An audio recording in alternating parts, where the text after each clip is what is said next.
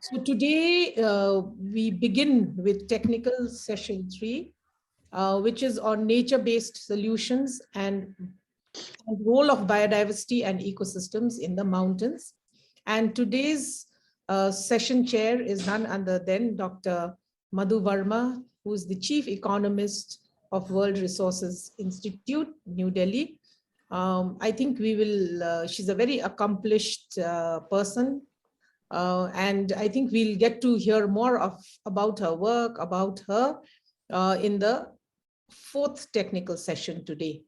So with that, I would like to welcome Dr. Madhu Verma and the eminent line of speakers that we have today. And I will hand over the session to you, ma'am. So over to you, Dr. Madhu. Thank you very much for having me for this particular session. I'm so delighted to see galaxy of speakers in this session, and the whole setup has been very, encouraging, thought-provoking, enlightening. The 2 days framework is very informative to all of us who are participating some way or the other in this particular seminar. Well, welcome to this particular technical session 3, which is on nature-based solutions and role of biodiversity and ecosystem services in mountains. And definitely it is very timely work that ATREE and the Sikkim University have done in a typical decade, UN decade of ecosystem restoration, 2021-2030, where we are focusing a lot on nature-based solutions, how ecosystems can be restored by using nature-based solutions.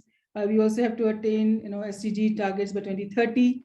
India took this, case to FAO to declare International Year of Millets, for 2023, which, mountain regions are very rich in this particular sort of crop. Well, nature-based solutions, as we all know, refer to sustainable management practice. They use natural features and processes to tackle socio-economic, environmental, challenges, and especially mountain areas are besetted with huge amount of challenges. And the intent is to enhance nature's capability to meet these challenges, and also they are the solutions for ecosystem-based kind of adaptation.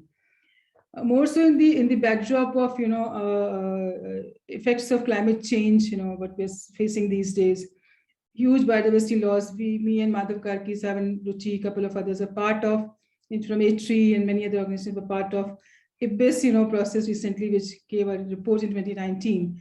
Huge amount of ecosystems biodiversity loss was actually projected and estimated in that report.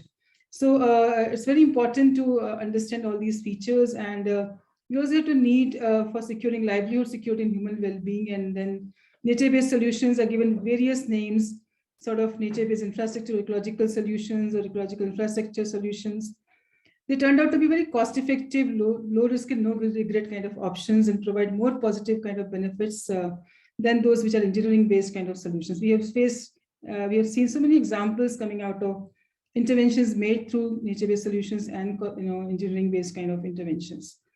They also follow a very kind of integrated approach where they can reduce trade-offs between different activities, different ecosystem services, and promote synergies with, as I said in the beginning, SDGs as well.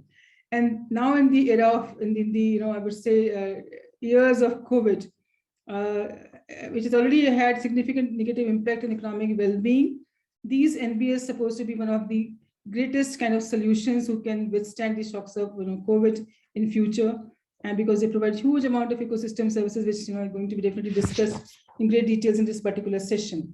So without doing much delay, I would like to introduce our plenary talk speaker, Dr. Madhav Karki. I'm so glad, so happy, so delighted, and so honored rather to having chaired this session for which Dr. Madhav Karki is giving his plenary talk.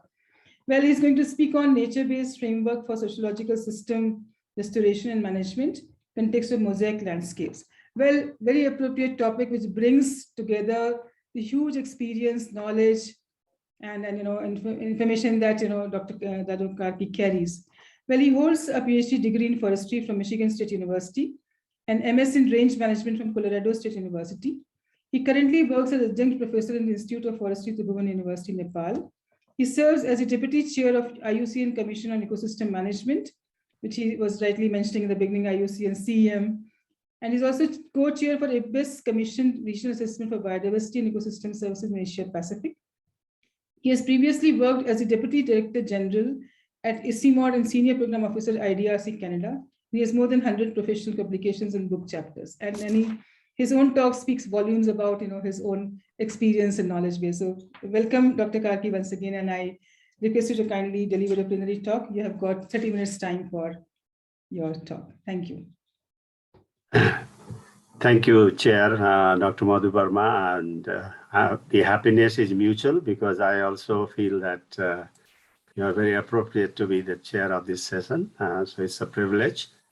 At the outset, and very good morning to all the other colleagues. I'm also very pleased that I'm speaking among friends and very close colleagues.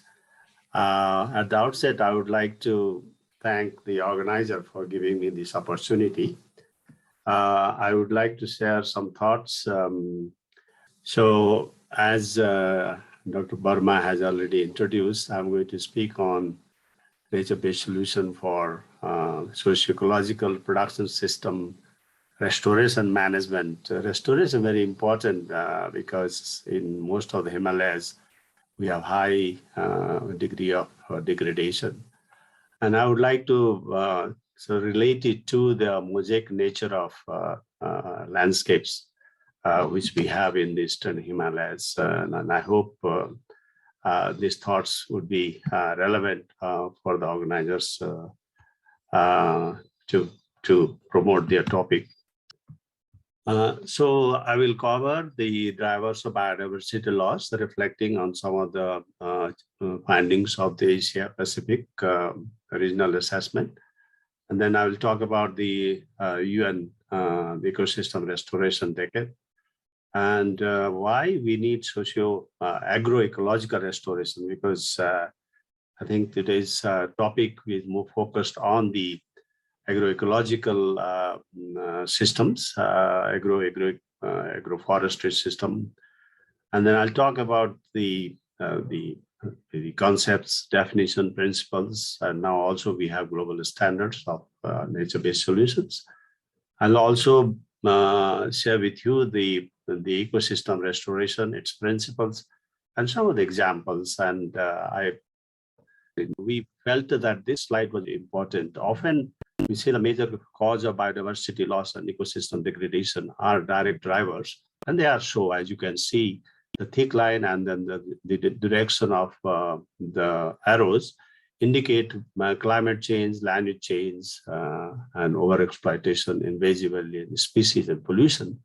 They cause biodiversity losses, and especially in our context, agroecosystems, grassland ecosystems, and forest woodland ecosystem, and mountain ecosystems. So they all are impacted. Climate change, temperature increase, rainfall, extreme events, and conversion of forest land, overharvesting of forest, non-timber forest products, and even the capture fisheries, our aquatic life are also unsustainably harvested. And invasive alien species after the globalization has really become a very serious problem. And so is waste and pollution. And pollutions, I don't need to talk about it. I think it is polluting our air, or polluting our land, or polluting our water. And this has impact on both human health and the ecosystem health. And it's very important in the context of One Health, which we are talking about. But then role of indirect drivers actually are more prominent. Even global assessments brought this fact out. You can see that when policies, bad policies and climate change interact, then the impacts are quite high, quite huge, and these are in all ecosystems, especially on the land use change, on the agroecosystems and grassland ecosystem, mountain ecosystem. So this interaction, the intensity of the impact, you can see from the intensity, the thickness of the color. So agroecosystem, grassland, freshwater bodies are very important part of the mosaic landscapes in the Himalayas, and they pose risk to a sustained supply of ecosystem goods and services. So indirect drivers, many of them are playing, especially in our case, weak governance, and I would say perverse incentives. They are causing these interactions even more serious. So proper understanding of these interactions is very, very important, especially at policy level. So this I have already shared, so I will not spend a lot of time. And in the context of the South Asia, and I think this applies more to the Eastern Himalayas, we have very high rate of species loss. 22% of all species, 25% of the endemic species in the IUCN Red List are either extinct in the wild, or critically endangered. And you can see South Asia endemic, actually we have lost some species, and we have very large red band, which indicates we have this red species, very high number of them. But so are other species. So large number of species, 45% of the endemic actually in South Asia. And fish species are also quite at high risk in our freshwater, our rivers and wetlands. So this sort of indicates the extent of biodiversity loss and why we have to halt this loss. And this is why UN declared 2021-2030 as decade of ecosystem restoration. And this is based on some very strong science. The recent literature indicate that 15% of the, if we can restore 15% converted lands in the right place, could prevent 60% of the projected species. And as you know that we have a very, I would say, fairly good amount of protected areas, but most of the, some of the important critical biodiversity areas are not within the protected area. That's why preventing biodiversity loss by restore is very, very important. Ecosystem restoration contributes to the achievement of all sustainable development goals, but especially goal number 15, goal number, I would say 13, and also the other goals. So all the green goals are very, very important from I think the ecosystem point of view, and their restoration is very, very important. And restoration also and other nature-based solutions can deliver the mitigation outcome. It can also deliver the adaptation outcomes, and it can keep the global warming below 2 degrees Celsius, which is the aim of the global community. So I think this will help both the societies and economies to address the current, what we call the earth emergencies or the crisis which we have in front of us. I'm borrowing this from Isimod and also from Dr. Khaling, just to show you the mosaic nature of our landscape, Eastern Himalayan landscape. Mosaic means we have all kinds of land uses in a particular watershed or catchment area or river basins, and we need to manage them in an integrated way and for different purposes. As you can see it, that we need to stabilize the slopes, we have to prevent erosion, we have to regulate water. Of course, we have to also clean up many rivers. We have to maintain microclimate, nutrients, soil health, and of course, productions. And this, of course, we can do it in a slopey upstream, downstream context in a more synergistic manner by having connectivity conservation, biodiversity conservation, and doing mitigation and protecting pollinators and pollution. So this is very nice. But this mosaic landscape means the managers have to wisely use the scarce natural resources in a not only integrated manner, but also upstream, downstream manner.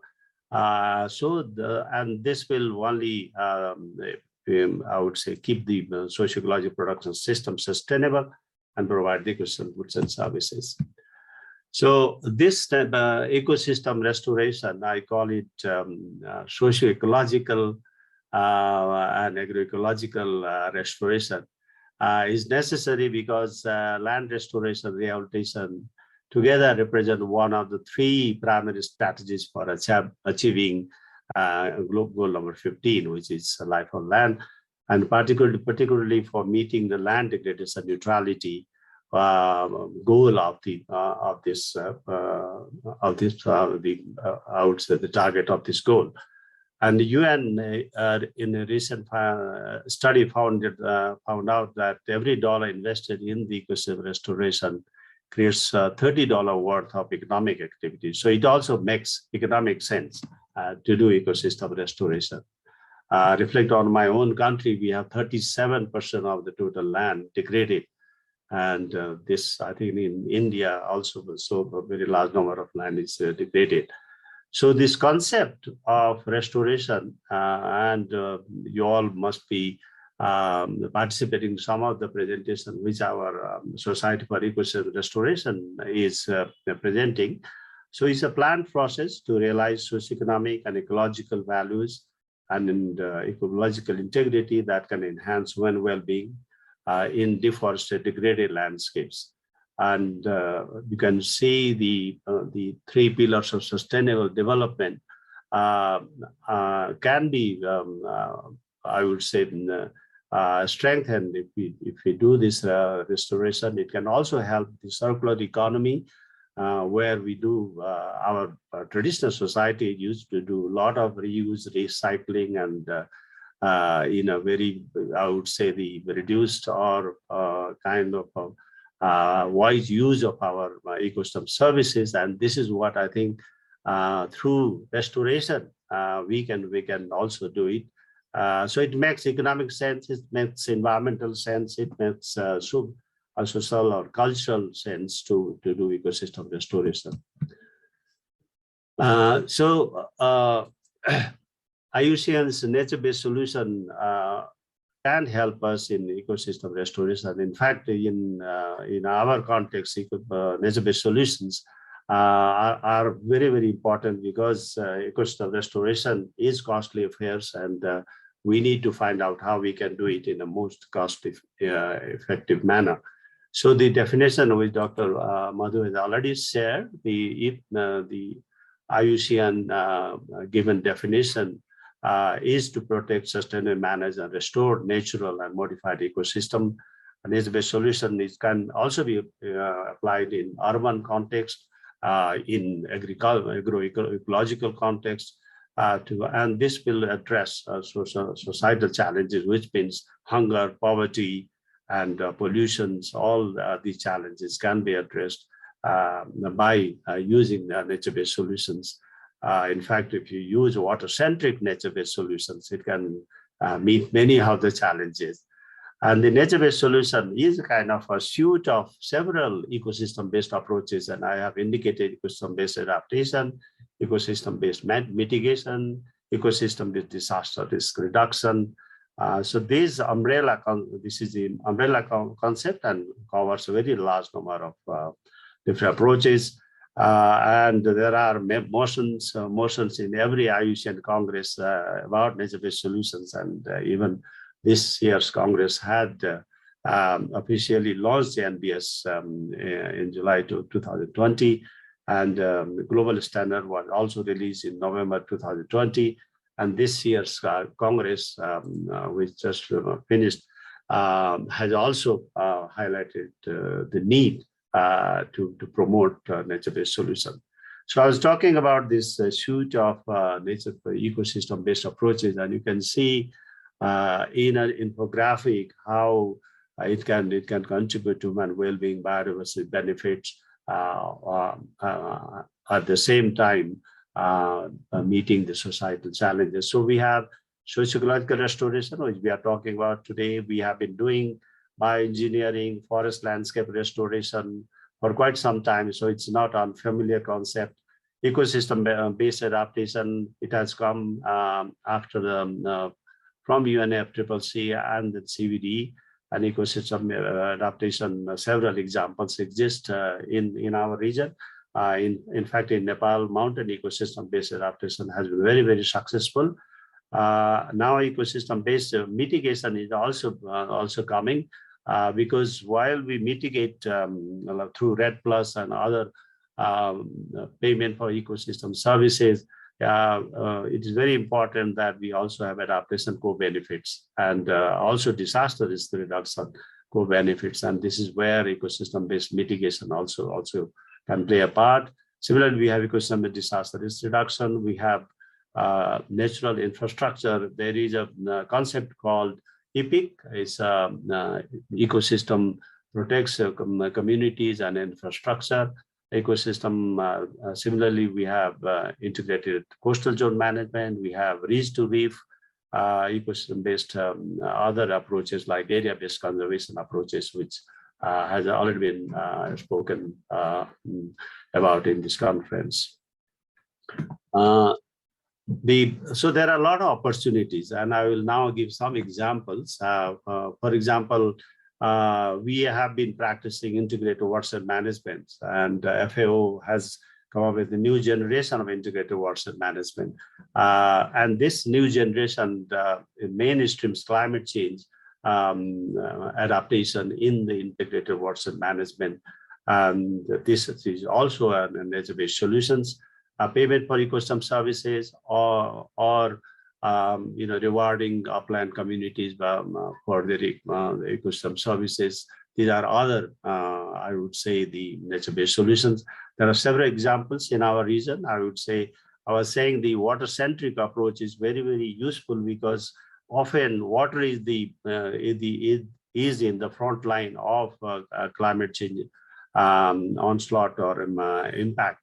And if we need to fight climate change and through adaptation, mitigation, or disaster risk reduction and resilience building, when we have to create this water infrastructure, and this is a pond which has been created in a Shivalik region of Nepal, and this has been this has multiple benefits, as I was saying, in agriculture, because irrigation, water shortage is one of the problem, and water is one of the limitations for increasing agriculture productivity or ecosystem productivity. Now we have extreme events, and that brings in a lot of disaster. I think this year's flood disaster, unseasonal in Uttarakhand and also in Nepal and also in Sikkim, I would say is a reminder that these events they come unpredictably, and we need to find out how we can cope with them and reduce future disaster. So we have to take short, medium, and long-term view of the restoration and adaptation to cope with this type of risk. And in such a cases, NBS doesn't rule out engineering measures. So first, you start with engineering measures to reinforce and reduce the immediate risk. And then sustainability and resiliency of these structures can be ensured by practicing ecosystem-based approaches. Of course, in our case, we need tailored and demand-based combination of NBS and engineering options, EVA options, and this will enhance socio-ecological system resiliency, and it can also adapt to these hazards and risks. So the 7 principles of NBS are, of course, it has to embrace nature conservation, which means biodiversity protection and ecosystem conservation. It has to be integrated, very clear. And the principle 3 is site-specific natural context. So it has to respect the culture of indigenous and local communities, and it has to be very, I would say, site-specific. Societal 4th is that it has to produce societal benefits in a fair, equitable way. Means any benefits, biodiversity outcome, or adaptation outcome has to be fairly distributed. And in fact, it has to address the most vulnerable first. The 5th principle is that it has to promote biological and cultural diversity and maintain And sixth is it has to be at landscape and seascape level, means in our case, it has to be at landscape and also waterscape levels if you are working in a river basin context. And it has to address trade-offs. Often when we do plantation, there is a trade-offs that we might take agricultural land or people's livelihood. So we need to minimize these trade-offs by providing immediate economic benefits. This is where the NTFPs and also the income generating opportunities comes in.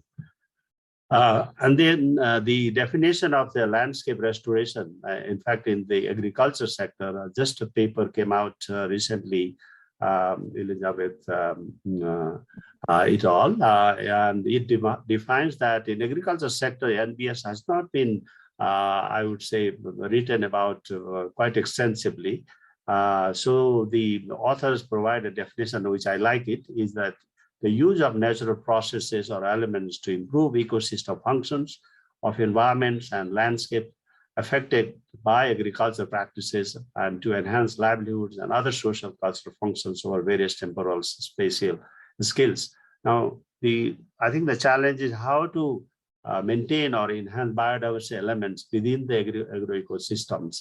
And this, I think, would be possible if we promote native species, and we also promote now what we call the conservation agriculture or more ecological agriculture.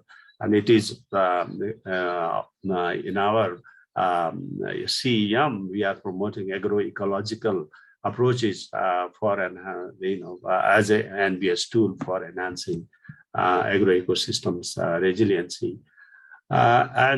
This restoration we have to build natural capital, because natural capital, of course, means the contribution of nature to society, and also contribution of nature to address other challenges like climate change. So natural and modified landscapes, they can be modified, they can be managed through NBS for creating ecotourism assets. In most of the Himalayas, we have a lot of ecotourism, we have religious tourism, but still nature plays a major role in that. Restoration can conserve biodiversity and the ecosystem more resilient because it can promote the nature's buffering capacity. It can promote indigenous and local knowledge and the good practices. It can also make society, ecosystem, and economy more resilient because, of course, when we have sustained flow and ensured flow of the ecosystem goods and services, definitely all of them, all the pillars of sustainable development will be promoted. But there are certain principles. You've got 5 more minutes to go. Okay, so there are certain principles of ecological restoration, and these are not very unfamiliar to you. Multi-stakeholder, I would say, level approach is very well. So multi-stakeholder engagement, diverse source of knowledge, including indigenous knowledge, native species, recovery process, clear goals and objectives. And of course, we aim at near climax species, stage of the biodiversity. And you have to practice landscape level, and then it's a continuous process. And extensive use of locally available and renewable resources, maintenance of good soil health, spatial temporal diversity, so that nature's buffering capacity is enhanced. It's very important for disaster risk reduction.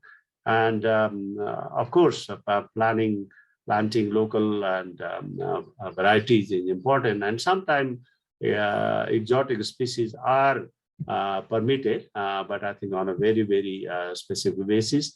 Decision-making is always at multi-stakeholder, multi-scale, and multidisciplinary level.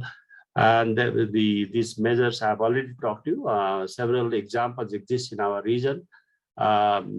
Short-term, medium, and hybrid solutions, and the forest ecosystem restoration examples also exist, and in which case we need to assess, first do the forest ecosystem assessment, then we have to integrate multiple forest values, water, food, energy, recreation, erosion. So multiple use of forest management is what NBS is promoting, including wildlife protections, both aquatic and terrestrial, and forest landscape restoration can provide the, I would say, the planning approach for doing these ecosystem approaches. And other agroforestry innovation in Eastern Himalayas, we have several examples, silvopastoral, agro-horticulture. But again, I will say that water-centric restoration is very, very important for the hilly community, because often too much and too little water is the problem in the region. We have several examples in the region where we have rehabilitated the flood-ravaged riversides and also the hill slopes, and also promoted irrigation. So both, I would say, the nature-based solution includes hybrid options, which I have already said. And here is an example. As you can see that you start with the hard measures, but then quickly you do the soft measures, and then the soft measures create the sustainability of the hard measures. And this is how we build the resilience in our infrastructure, irrigation, roads and bridges. A lot of examples exist, but we need to do tailored and demand-based combination of these examples. So there are several benefits. Sustainable managed ecological system for supply with some goods and services, builds resilient livelihoods, and reduces disaster risk. But it requires sensitization of stakeholders, participatory ecosystem-based assessment, afforestation, catchment protection. And these days we have now the carbon market. So voluntary carbon market and the offset markets can also be part of these now nature-based solutions. So synergy building is very, very important. This is what we also found out in our assessment, the Asia Pacific Regional Assessment. It said that you can do both poverty reduction and biodiversity promotion by building in proper incentives such as benefit and fair and benefit sharing and equitable access, and also creating economic opportunities for the communities. So finally, this is my policy relevant message. We need to transform our relationship with nature, and this for this we have to have our of course knowledge always updated, our ingenuity, technology, and cooperation. These can transform societies and economies and secure sustainable future for nature and people. Our environment emergencies should be addressed together, and these are the examples which came out of the UNEP's recently published I would say synthetic assessment, which is called Making Peace with Nature. The economic and financial system can and should be transformed to lead and power the shift to sustainability. I'm very happy that in COP26, $1.4 trillion was committed by the private sector for meeting the net zero goal of the countries. Food, water, energy systems can and should be transformed, and they should be transformed in a nexus approach so that investment in one has payoff in others also. And keeping the planet healthy is a key to providing health. And this applies to our region. So for my final, I would say, conclusion and recommendation is ecosystem and nature-based solutions are transformative tools, and they should be applied. Ecosystem-based restoration, adaptation, and eco-DRR are innovative and scalable approach. You can scale out, scale deep, scale up. Peer learning through practices and application of inclusive and co-created knowledge. So this is a co-creation, I would say, co-learning and I would say production of this restored ecosystems are transformative, but they are also, I would say, the inclusive. Co-management, co-production, we have joint forest production, community forestry. These are the examples, I would say, which can be further enhanced through the NBS. So NBS based evidences can help policy making to raise innovative finance and government and from donors, from government, from the private sector, to improve management of our socio-ecological production system, Eastern Himalayas. There are several resources. Dr. Karki, time is almost up. These are these references and acknowledgement which I have to make. And with that, thanks a lot. And these are some of the examples. So thank you. Thank you so much, Dr. Karki. It was very, very eloquent, very expressive, very detailed presentation. Of course, you could have spoken for the whole day because the kind of experience and work you could carry and work that you have done. And you raised very, very important issues about NBS. We'll talk more about in the concluding part of this session. So thank you very much once again. And this gives a very strong, I would say, a background, a base for the rest of the speakers to carry forward their presentations. So next in line is Dr. Ruchi Badola, who's going to talk about a very interesting topic, which is also close to my heart. We have been working a lot together also in many of such issues on biodiversity conservation and ecosystem services provision in the mountain areas that she's going to talk about. Of course, as Dr. Karki rightly mentioned about the co-benefits coming out of nature-based solutions, that's what Ruchi is going to talk about more. Benefits coming out, but they remain invisible. They are not actually taken care of in our accounting system as well. So the first step is to, first of all, make these contributions visible to the sight of the policymakers, all sorts of stakeholders, and then take the entire thing forward. So very interesting session it is going to be. So let me just say a few words about Ruchi. She has done intensive work, but in a very small way, I would like to introduce her. She's a professor and scientist at Wildlife Institute of India that everybody knows definitely, at Dehradun in the Department of Eco-Development Planning and Participatory Management. She has conducted research in the field of community-based conservation, sustainable biodiversity, sustainable tourism, and ecosystem services. She obtained a master's in economics from Gadwal University and joined the Wildlife Institute of India in 1988 as a research scholar and pursued her PhD from there itself. Currently, she is involved in research projects for generating information on ethnobiology and socioeconomics of natural ecosystems and the contribution of ecosystem services for biodiversity conservation and human well-being.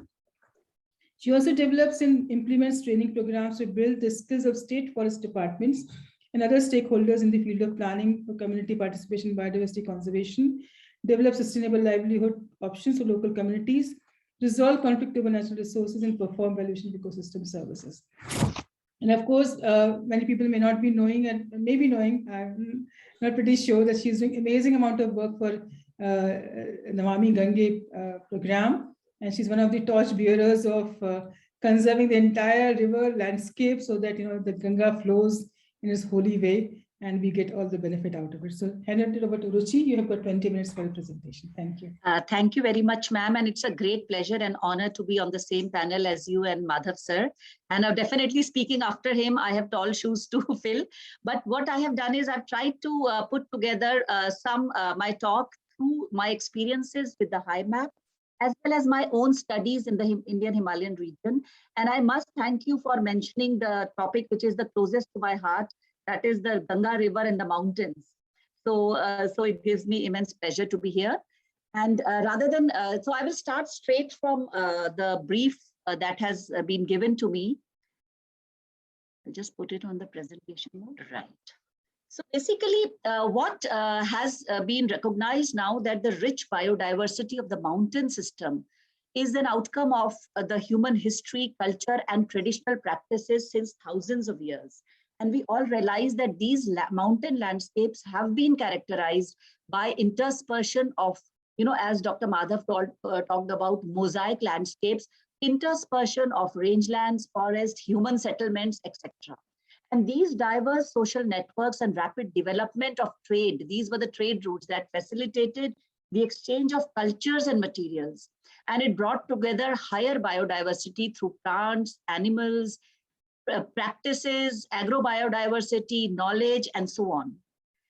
And basically, these diverse cultures and traditions of these different groups, that ethnic people who live here, nurture these ecosystems, have nurtured in the past, and even in some places now, using their own traditional and innovative practices.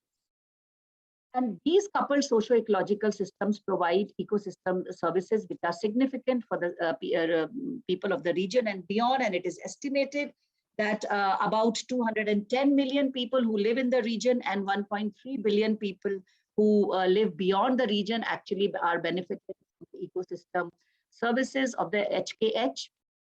And the biodiversity here has to be managed as a mosaic of integrated socio-ecological systems and across boundaries.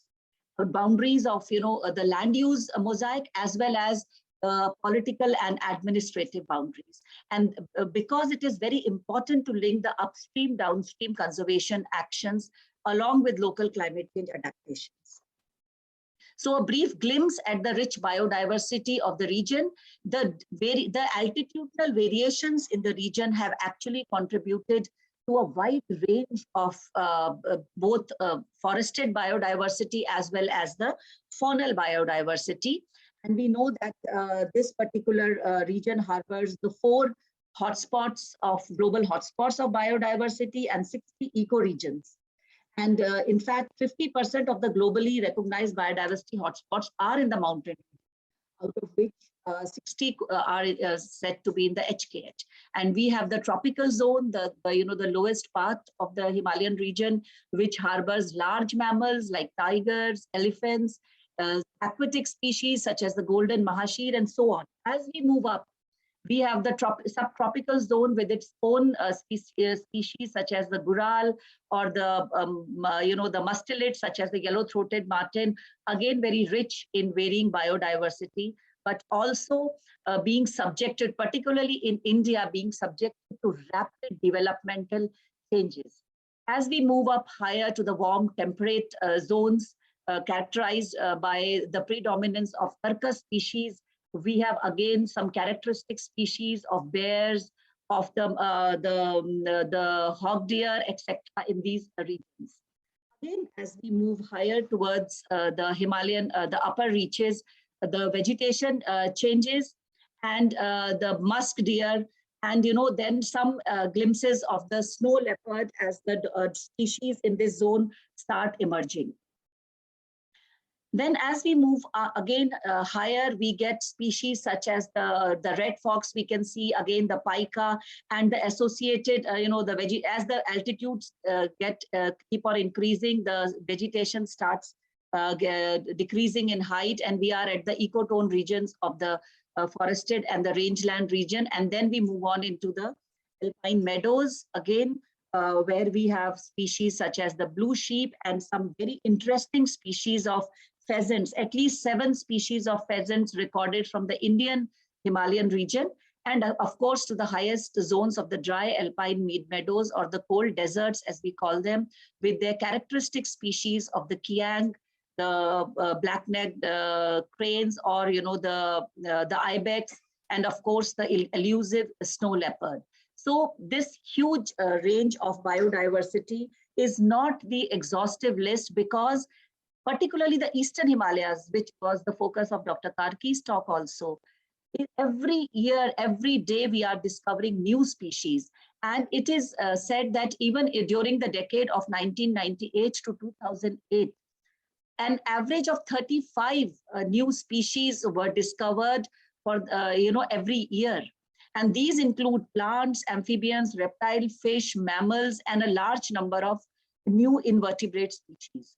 A large number of species of rhododendrons have been classified as threatened or rare in the Indian Eastern Himalayas. So this particular zone, the entire Himalayas particularly, is characterized by high levels of endemism and rarity also. And we can see that the Indo-Burma hotspot is mega diversity and endemism zones, and many threatened or endangered taxa are there.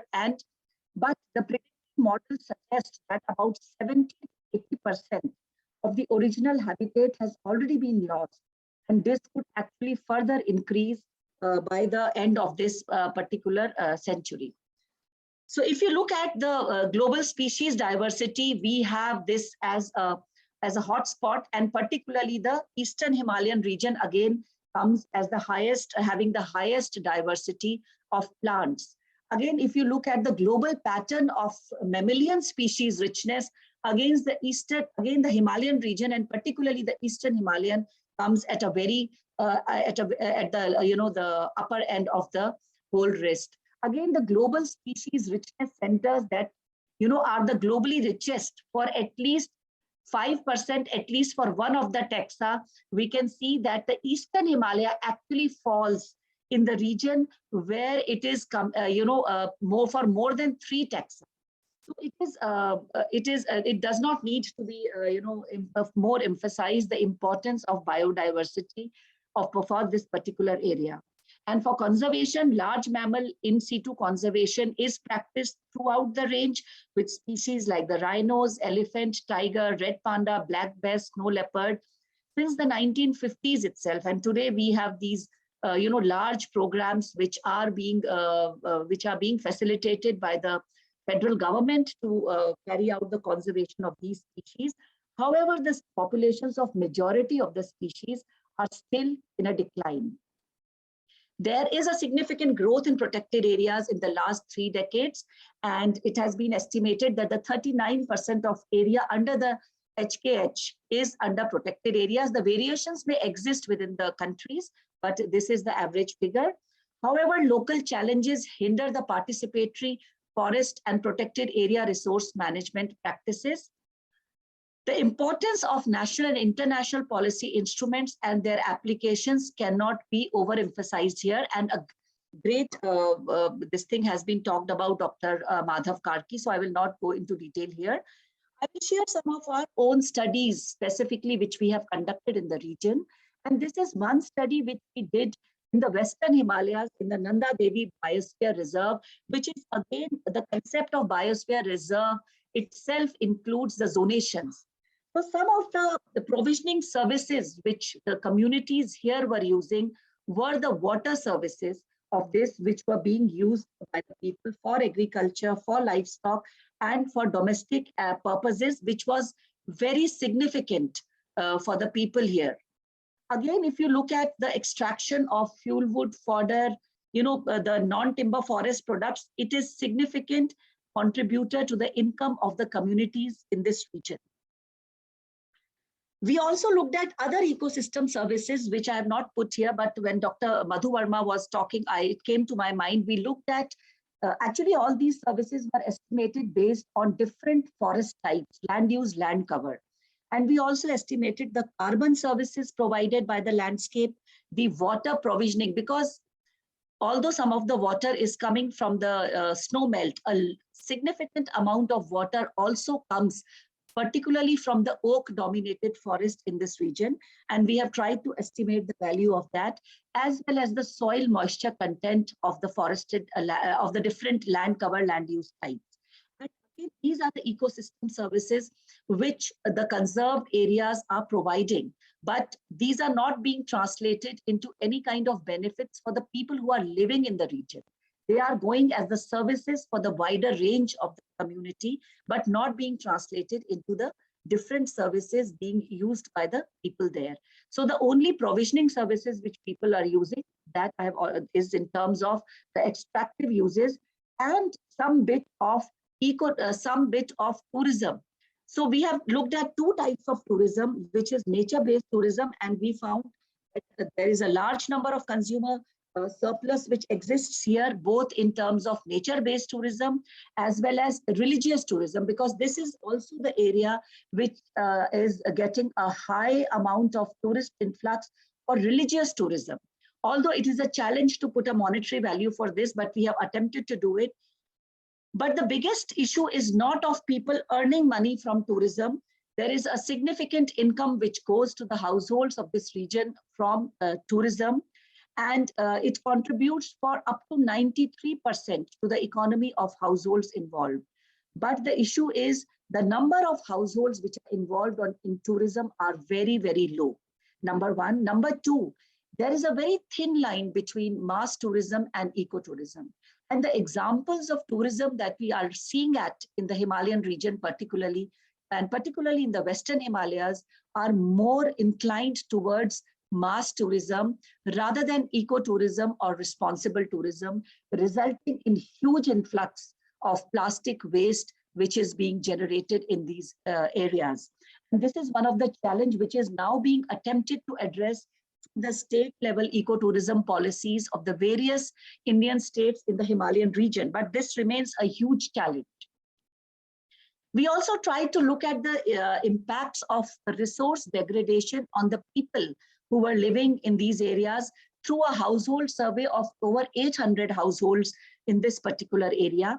And we found that significant impacts were reported by the people in terms of their economy, mental status. This was very, very significant finding for us. And in fact, we are submitting a manuscript on this. Then people's health. Again, this was very interesting. Although we had assumed that people who live near to the forest are away from many of the basic facilities such as hospitals, schools, markets, etc. We found that the kind of diseases, the incidence was also less in the reported among the people who were living near to the forest.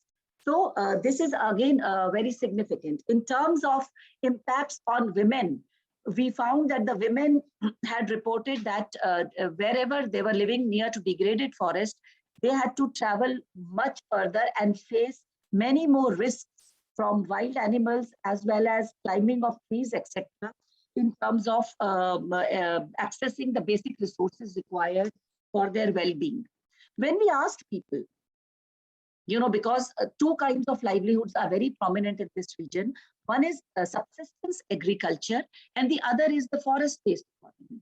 And when we found what alternative people had, what kind of resilience they had to face a situation in case the agricultural crops failed, largely the people who lived close to the forest definitely had an option to remain there and carry out their day-to-day activities. But the people who were away from the forest had no option but to move away from those areas and look at options which were not nature-based but in other sectors. So overall well-being index was, we found that the significant difference between the level of well-being because of forest degradation. And this could be because of access to wild plant, fungus, etc., that add to the food security of the people. Water security was a very, very significant feature. Access to forest resources add to livelihood and economic security. Access to medicinal plants, and in the social and cultural capital which was being impacted due to being away from the forest resources. Another study that we conducted in 3 states of the Indian Himalayas, that was in the Bhagirathi Basin in Uttarakhand, in the Beas River Basin in Himachal Pradesh, and in the Teesta River Basin in Sikkim. As a part of this study, we did household surveys in about 1,400 households in the 3 states across 80 villages. And here we basically, I will not go into the details of the study, but into the key findings that have significance for policy. We found that the current climate shock is could be very high in the Bhagirathi and Teesta basins as compared to the Beas basin. And we also found that the rainfall and temperature trend show massive changes in the villages surveyed during this region. We also found that the future climate shock would be higher in the Bhagirathi basin, followed by the Teesta and the Beas basin. And this was, again, we found that the future resilience is predicted to be low in Teesta and Bhagirathi basin as compared to Beas basin due to less climate stress and higher resilience in the Beas basin. And the reasons were that— 5 minutes to go, Ruchi. Yes, ma'am. Thank you very much. We found that the physical assets and access to government schemes was less in the Beas basin, whereas access to natural assets was less in the Teesta basin. So that is, what resources the people are having access to is extremely important to predict their resilience to future climate change or any kind of natural hazards that take place in the region. We also found that in Bhagirathi and Teesta Basin, the agricultural production is decreasing, where the interventions need to be taken place. And access to natural assets is extremely important. Human capital, the focus on human capital development is less in Beas and Bhagirathi Basin, as employment opportunities and other source of income generation is much less. Again, another project that I was coordinating for the Department of Science and Technology was, which is known as Technological Intervention in Mountain Ecosystems, in which 20 institutions across the Western Himalayan 3 states, that is Jammu and Kashmir, Himachal Pradesh, and Uttarakhand were involved. And we were able to identify 8 fields in which interventions for nature-based solutions are required. And that is how studies were taken up. And in case of sustainable agriculture and biofarming, we had focused on establishment, looking at the diseases which are being, which are major horticultural crops are facing, looking at the traditional varieties which are no longer available to the farmers, and again, looking at the genetic wealth and also empowering the farmers to be able to access these resources, as well as use of biopesticides was being promoted through these. Again, another aspect was to balance forest use and conservation. Here we looked at the pollinators. Madam Madhu Verma talked about this being the International Year of Cereals. We have done massive work on value addition and promoting cereal development. That is the biggest thing we can do, is to reduce the development of mountain communities on outside and to add value to their own crops. So this was another aspect. And again, using different livelihood options based on locally available resources. Then again, sustainable technology for harnessing and conserving renewable energy. Here we have looked at the potential of using solar energy for remote areas in Zanskar Valley, where which we devised successful technology for heating the houses as well as getting access to hot water. And again, increasing the shelf life of crops, the products, the fruits, particularly in mountain regions, through locally accessible solar technology. Again, gender, the involvement of women becomes very important in the mountain regions. And here we have also looked at like gender sensitive development, in which we have looked at the disaster affected areas of Uttarakhand, as well as reducing drudgery of women through appropriate livestock technologies and biomass enhancement. Another aspect in rural areas, which has a huge scope, is rural engineering and technology support services. So here we have looked at technologies for reducing human-wildlife conflict, improve dairy production, and then again, this was another technology of ours, upgradation of the reach to these areas. So bridges, constructing bridges over hilly terrains in rivers was very important, and bioprospecting of essential oils. So these, ma'am, I'll just take the two. These are the last 2-3 slides. So again, another thing that we have worked is on payment of our ecosystem services and payment for coexistence. This is a very interesting study on payment for coexistence that we did, and it has come out in 2021 in Science Reporter, where we looked at what kinds of payment could be made to people for enabling them to live with large mammals and wildlife. And this was done in the Himalayan foothills, in the corridor forest connecting the Rajaji and Corbett tiger reserves. Again, if through our own studies in Ganga River, we have created a cadre of trained people known as Ganga Prairies. Some of them are in the mountain regions. But what we found was it is working at the grassroots levels cannot be overemphasized. The movement, the change has to come from below. And for that, it is extremely important to invest in the human resource, sensitization, capacity building, local institutions, green and livestock development skills, that giving an identity and also being able to hold hands to a certain extent, and also important monitoring and reporting. So we have to induce behavioral changes. At the same time, we have to enhance the productivity of the ecosystem. So there are huge challenges in the mountain systems. I don't need to talk about it, but I will just discuss the policy messages which the HiMAP assessment has brought out, and I was a part of this, that the link between biodiversity, livelihoods, culture, and importance of protecting our mountain ecosystems is widely accepted. The regional efforts are very important here. Ecological theory and practice must include socio-cultural practices along with the biological and geophysical. And investment in mountain ecosystems to be made where there are most needed. We cannot talk about low cost. I mean, that is one word which we should, I think, stop using. It should be the technology which is developed with the people, by the people, and for the people. And one such initiative of the Government of India is the National Mission for Sustaining the Himalayan Ecosystems. In fact, 2 ecosystems which are extremely important for the lives and livelihoods of humanity have been addressed by the Indian government through setting up of missions. One is the Himalayas, the other is the Ganga ecosystem. So I will thank you with this, and I remain open to any questions. Thank you, ma'am. Thank you, Ruchi, very much for a wonderful presentation. You brought in Himalayas to the screen and given us a good tour, understanding about how rich these and diverse these ecosystems are.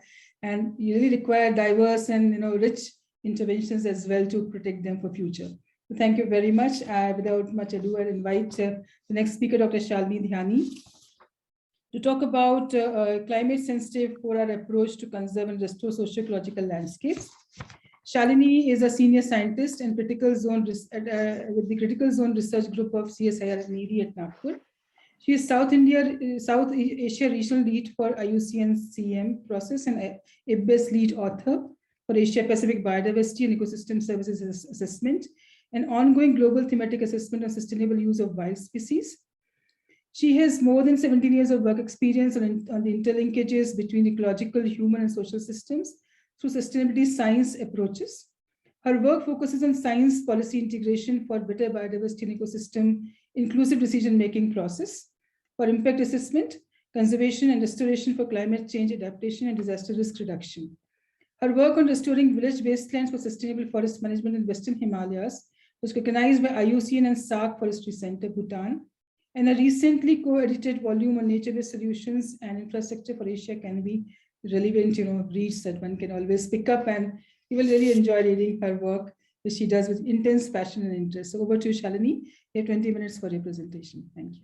Thank you so much, ma'am. I think it's a great privilege for me to be part of this panel that is already having presenters that are already stalwarts in their own domains. And I have been a keen learner, and they have been great teachers as well for our last all these years. So thank you once again, ATREE, and especially Sarla Khaling for inviting me to this panel discussion. I'll just quickly have to, so I hope my presentation, my slides are visible to you all. And yeah, thank you. And today I'm going to talk about a climate sensitive 4R approach to conserve and restore socio-ecological landscapes. The stage is all set. My previous speakers have already talked a lot on the recent ongoing global developments, Himalayan ecosystems, its relevance, so I don't need to repeat that. I'll start with the global concern on deforestation, forest degradation, and massive loss of biodiversity that's also affecting largely Himalayan ecosystems. And there was a recent HIMAP assessment report that was released and is now published under Springer publications. So that some of these recent publications are clearly stressing that our terrestrial environments are severely altered and modified and transformed by intense human activities. So that are urbanization, intensive mining, change in land use, and so on and so forth. But now there is also one of the important concern to understand that be it sustainable subsistence agriculture or fast growing intensive agriculture practices across the world are going to be one of the biggest threats for and are leading to risk of extinction. And this is almost 86% of species that are on the verge of extinction because of the global food systems. Now, we already have increased almost 300% in crop production systems. And it is leading to almost 23% of land areas that is reducing productivity because of land degradation. The global assessment report has already been discussed briefly by Dr. Madhav Karki, and it talks about that planet concerns and people-led drivers both are affecting the loss of biodiversity. Now, coming back to Western Himalayas, from where I started this journey of working on socio-ecological multifunctional landscape, shows that even some of the lesser known species have multiple benefits to not only support these socio-ecological landscapes, but also these traditional marginalized communities living in these high conservation value landscapes. So this is a very significant example of dwarf bamboo species that are also threatened, distributed across different altitudinal gradients in Himalayas. And if you see this smaller, lesser known species is of so much of value, right from being a good fodder to fuel wood, to being good crop support, to have better yields of rajma in higher reaches, good storage material. So there are diverse values that even these lesser known species are providing to local communities. And people have been also sustainably managing these resources. There were so many informal knowledge, traditional knowledge base that have discussed and came across while I was working in Western Himalayas, where people have these calendars of removal to ensure there is rotational harvesting of resources. Only sustainable use practices are taking place so that we have enough of resources for coming years and also for forthcoming generations. So this is not limited to Western Himalayas. This is also present in with different communities in Eastern Himalayas. So here, this is one of the examples of fodder removal calendar, how communities have been regulating use of and removal of fodder across the year. And then litter removal. Again, this is one of this very important practice, but at the same time, it also affects seed generation and tree seed bank in forest ecosystems. But this has been a great support to organic agriculture practices in higher reaches of Himalayas. Now, as I was talking about these sustainable use practices, so everything has a plan, nothing goes random. And these are very informal, established protocols, how communities, for example, this is one of the examples from Sumi community of Nagaland, how they ensure that typical Jhoom is taking place in a very sustainable manner. And if I talk about the recent concerns of many sustainable development goals, these all traditional practices have enough of potential to localize and realize the sustainable development goals at local level.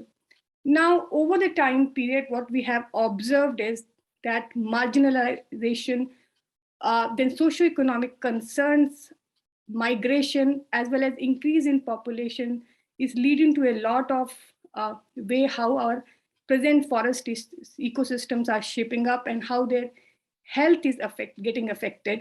For example, if I talk about Western Himalayas and bring your attention to removal of cordyceps sinensis in higher reaches of especially alpine and timberland areas, we find that a lot, and in my panel, we also have Dr. Subrat Sharma, who have done some excellent reporting on removal of cordyceps sinensis that over the years has become more unsustainable because of a lot of reasons, and socioeconomic poverty and marginalization of communities is one of the important reasons behind. And then of course, removal of lichen from a lot of areas. COVID has again exerted a lot of pressure on these resources, especially medicinal and aromatic plants that are threatened already in their local habitats.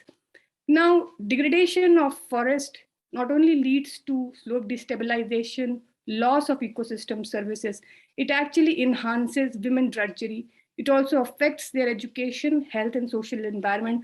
So in one way, if we see forest degradation, it will not only affect the larger ecosystem benefits, it will not only lead these ecosystems to be more vulnerable to climate change and extreme climate events, it will actually affect largely local communities and especially women folk of the area. And that was also discussed yesterday by Professor Dr. Eklavya Sharma, how this entire drudgery has, and this climate change and loss of ecosystem has a very feminine angle to this entire problem. Now, this was one part of the story where we were talking about human-induced pressure, increasing hydropower projects, road widening, and so many activities that are leading to increasing deforestation and forest degradation in the region. We also tried to look to this problem from a different angle of climate change, because we have been talking a lot about climate change.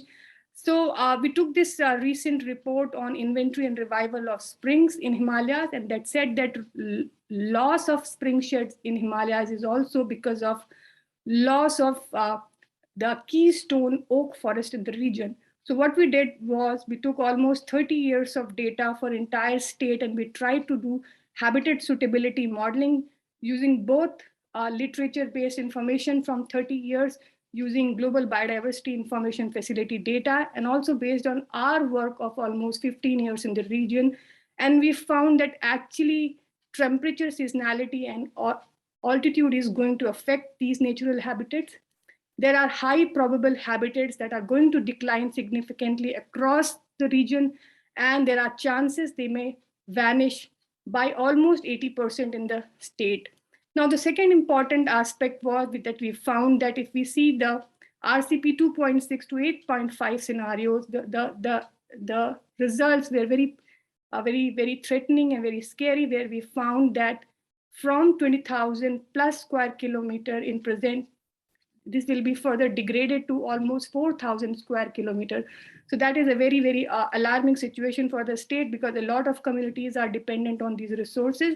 And of course, there are chances that a species will move upward, but again, upward movement means a threat to a lot of species that don't have any option to move any more further. For example, many timberline vegetations that will be threatened because of this upward movement. Now, we did the similar exercise for Hippophagus thalassifolia. Again, one of the indicators species for upper Gangetic region growing in trans-Himalayan region.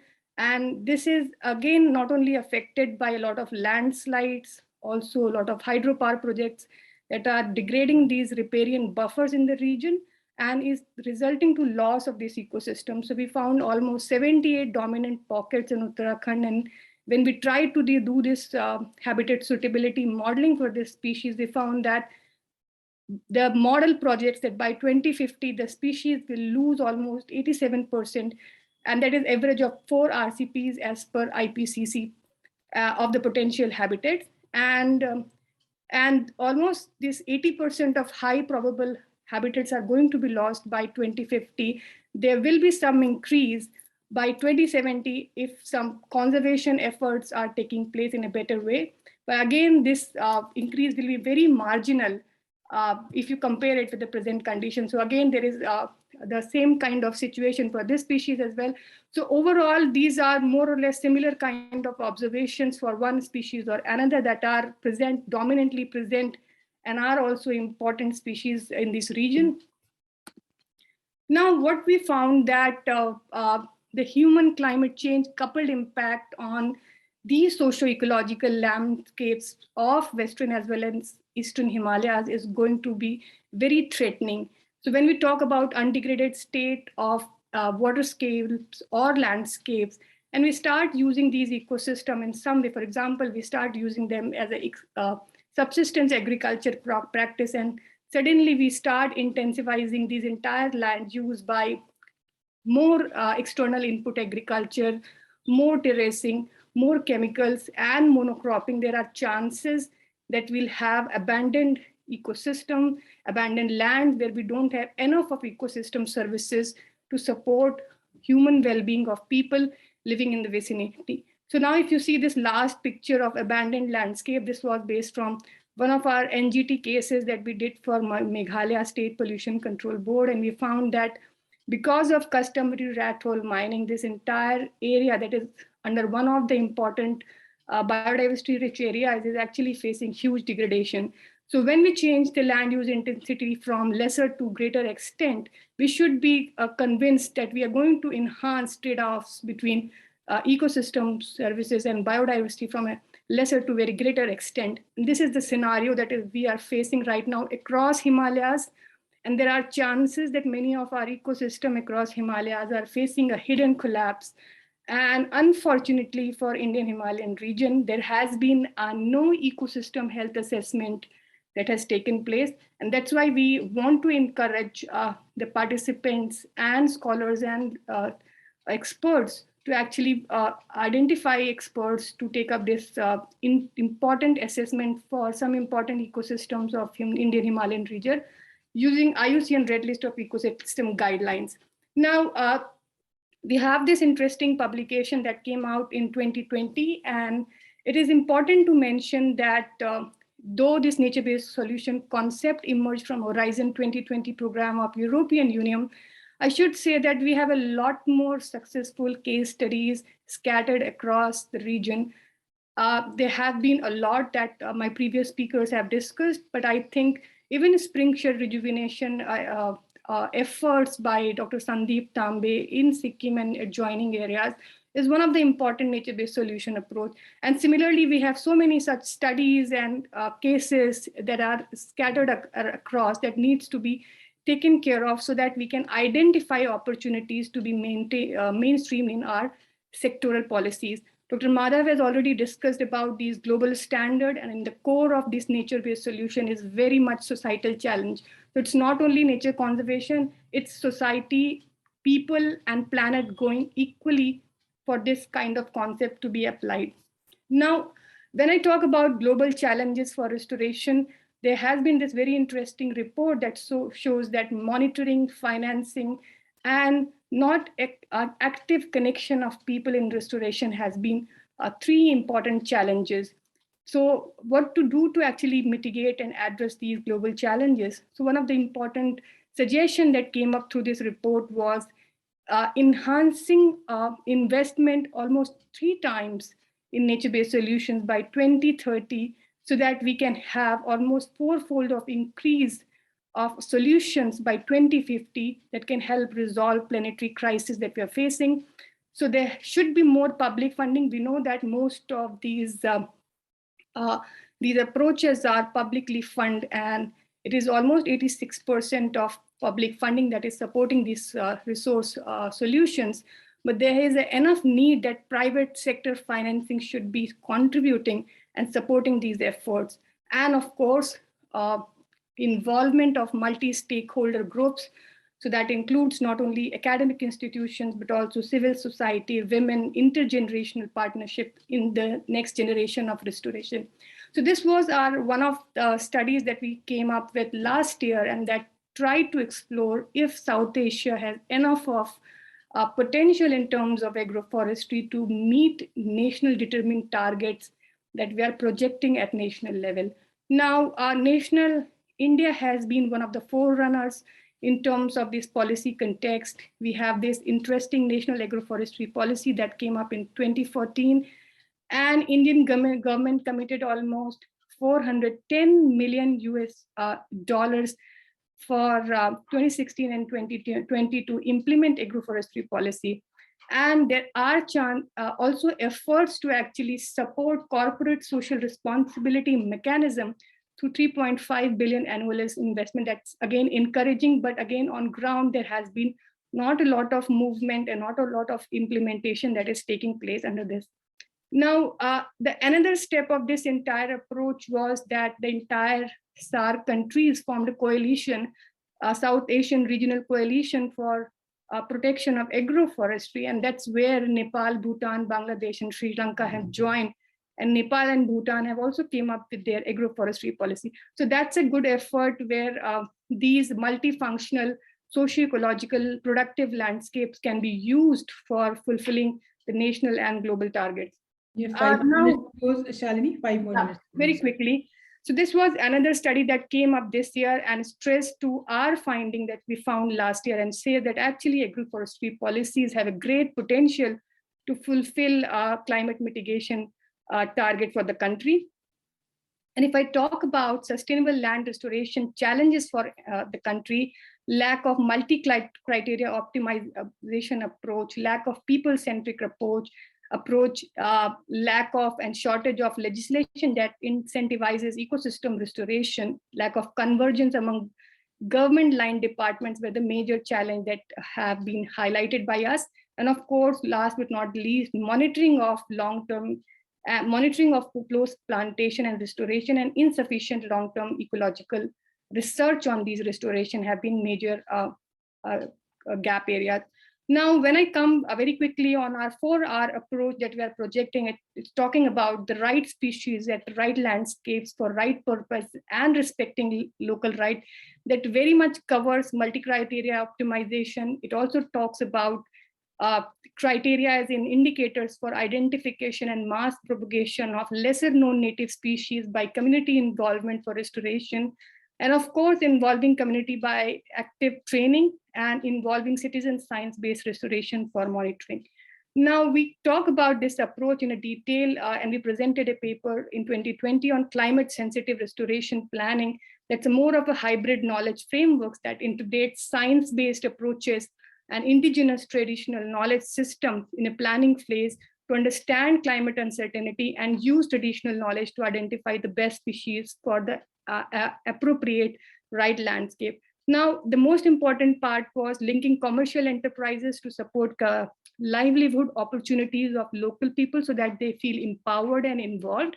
And in post-restoration monitoring, we involve citizen science and high-end UAV and drone-based monitoring and big data analytics. Now, this is an area where researchers can play a very big role for realizing this approach. So there are six steps to 4R approach, and this was recently discussed in our this one paper on restoring landscape for post-pandemic. And I should mention that Manrega has been a very much good approach. If it can be supported by a few more steps, can be a very good approach to actually achieve global targets. For example, developing and mainstreaming national level landscape restoration guidelines. Society for Ecological Restoration has some good approaches that we can mainstream and develop our own customized guidelines. Identifying institutions and their roles, developing local capacity, leveraging technology to facilitate decision-making, encouraging multi-stakeholder involvement, and of course, promoting inclusiveness and community participation in these efforts. Now, we did this one study for fodder bank model in Uttarakhand and Kedarnath Valley, and the key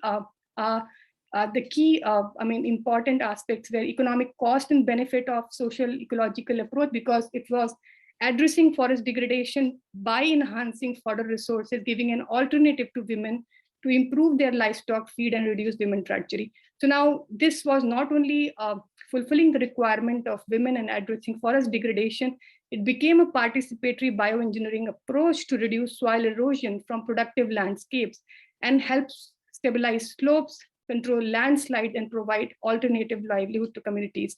Now, in 2013 Himalayan tsunami, this particular village in Kedarnath Valley got less soil erosion, less slopes were degraded.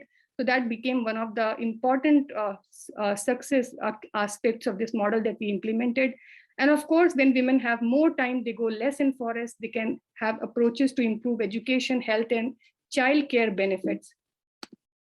So the key strength of socio-ecological approach, it should be environmentally sustainable. I'll not say cost effective because Madam Ruchi has already mentioned that you should use a word for the people, by the people. So I'll use that term instead of cost effective, and something that fulfills socioeconomic and ecological requirements. So that is the entire way how nature-based solution is defined, and that is how we implemented it. Now, capacity building and linking restoration with livelihood enhances replication. So developing livelihood resource center that we did for this village to keep this model sustainable, involvement of Mahila Mangal Dals to make it more sustainable for a longer time, and developing community seed bank for wild edibles. We have been long talking about agroforestry seed banks, community seed banks. We should now also start talking about community seed banks for lesser known, underutilized wild edibles, so that we can also involve communities in developing domesticated models of these wild species, so that can be next generation of opportunities in horticulture and agroforestry and agri-silvi models. So with this, I can come to the end of my presentation. I thank all the funding agencies, all the researchers and partners and collaborators and scientists involved with me. With this, I once again thank ATREE and panel chair for her kind time and support. Thank you so much. Thank you, Shalini. It was very, very elaborate and very intense work that you have presented here in very succinct manner. Thank you so much, and a lot of takeaways from your work. And the beauty of it is it's all field-based work. You did talk about a bit of secondary information, but more about the primary data, which authenticates your findings, which gives us much more reality check. And you rightly said, no, not much of health assessment is being done for this particular landscape is requires to be done. So a lot of takeaways from your work. Thank you so much. So we have next presentation on policy framework for biodiversity conservation in socio-ecological landscape of Ladakh by none other than Dr. Subrat Sharma, who's an amazing amount of work in this particular domain. And he's a senior scientist and at the center head at the Ladakh Regional Center, Research and Development Management, GBPNIHE National Institute of Himalayan Environment and Sustainable Development. He specializes in agroecology and remote sensing and GIS. He obtained his PhD in ecology botany from Kumaon University in Nainital, Uttarakhand in 1990, an MTech in remote sensing and GIS from the Center of Space Science and Technology Education in Asia and Pacific, affiliated to United Nations. He's a member of the Interdisciplinary Committee for the Albert Einstein World Award for Science by the World Cultural Council, Mexico. His current research focuses on climate change indicators and monitoring of Himalayan alpines. And that's what I think he will speak more about the takeaways from his work in this current session. So you have 20 minutes, Dr. Sharma, you're most welcome to the session. Thank you, Chair. Can you hear me? Yes, we can hear you. And can you see my screen? Yes, we can see the screen. Thank you. Thank you, Chair of the session and my fellow panelists and the distinguished participants and other audience, please. When I was approached for this talk, fortunately, we were given a task in Ladakh regarding how to proceed further on the biodiversity conservation. All of us understand Ladakh very well. We know too much about it, but developing an understanding is actually a big task, and especially you are required to hear to understand this. You have to live it here. So when this task was given to us, then the many challenges came into before us. So right now I'm summarizing in a nutshell that how we are going to proceed for this landscape conservation involving community participation and especially looking for the biodiversity. Natural biodiversity of the Ladakh is much talked, much famous. But if you see that the Ladakh is a very unique in the sense that this is a very thinly populated landscape. And you realize that there are only more than nearly 200 villages in entire this landscape, and where more than 15,000 square kilometer area is under protected area network. So we can understand that how much intermixed of the villages and the protected area are together. So in this difference, the issues we identified. And I would like to mention here that most of the photos are representative kind of things. And I have taken it from the different sources, from my friends and even from internet. So I acknowledge all the sources from where I have taken the photographs. Unfortunately, these days I am in a quarantine, so could not make it a photograph from my own collection. The issue main is the assessment, which is already done by many agencies here, and identification of threats and conservation prioritization of biodiversity for its sustainable utilization. This is a new angle here. How to go for a sustainable utilization of the biodiversity existing in Ladakh. And the major threat is that we all know that tourism is an industry here, and wildlife tourism is an emerging sector of the tourism industry, and especially during winters when we have a very limited visitors here for a wildlife conservation, wildlife watching and shooting it through the cameras. But behind that, there is a lot of footprint of human activities which make them vulnerable to this. And you realize that scientific exploration started here long back in 1880 by the British and the UK explorers when they observed and they enumerated the natural biodiversity, especially the avian biodiversity. Birds were recorded since 1880, and many of these specimens are in Natural History Museum of UK and USA both. But still, agriculture has been on the back seat, where we have very unique crops like buckwheat here, and here domesticated yak, and the cross breeds with the local cows, which makes them very utilizable for the many agricultural operations. Even the this in the lower picture with the yellow sacks is the cross breeds of yak and the cow.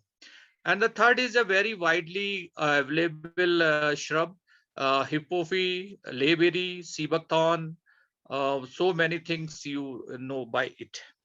So the next question before us was the how to revitalize traditional crops and native livestock to achieve economical and nutritional security.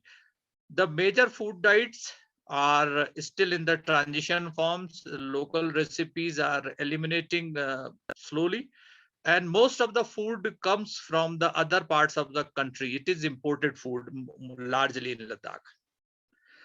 So if we go for the key aspects, you must understand that prioritization of conservation areas is still a task. Still, we have a very big area under, but we are in the Asian flyways on the way, and we have a very different kind of fauna and flora. So still, there are need to further prioritize a few of the areas. And the second important thing is that the Ladakh landscape, the entire Trans-Himalayan landscape, is very rich in high altitude wetlands. The density is very high. Everywhere you will find some wetland, which is a home for migratory birds. And also people have reported speciation in the high altitude wetlands. So we can understand, but all of them are not in the under the protected area network or as a conservation entity. And if you see the buckwheat and all other things, you will realize that unique domesticated biodiversity, it provides a gene pool historically conserved, maintained by the farmers in their field, and which can provide a base for the gene manipulation and development of new crops and varieties, and is a risk insurance against threats of climate change. These days, a few entrepreneurs have started new products from the agricultural diversity or the natural diversity in the form of pharmaceutical, nutraceutical, and most common the products are from sea buckthorn. They are in the form of a juice. It's a very rich in vitamins and other components, and the jelly, jam, or especially from the apricots. The apricot of Ladakh are very famous for their, and they are also part of the geographical indicators. They are being, they have all people from here already have applied for the GI for the apricot of Ladakh. Let us see that how this sector has the strength from the existing structural organizations like Geological Survey of India and Botanical Survey of India. Both have the northern offices nearby, which covers to the Ladakh. Then Wildlife Institute of India already exploring many things here, and especially the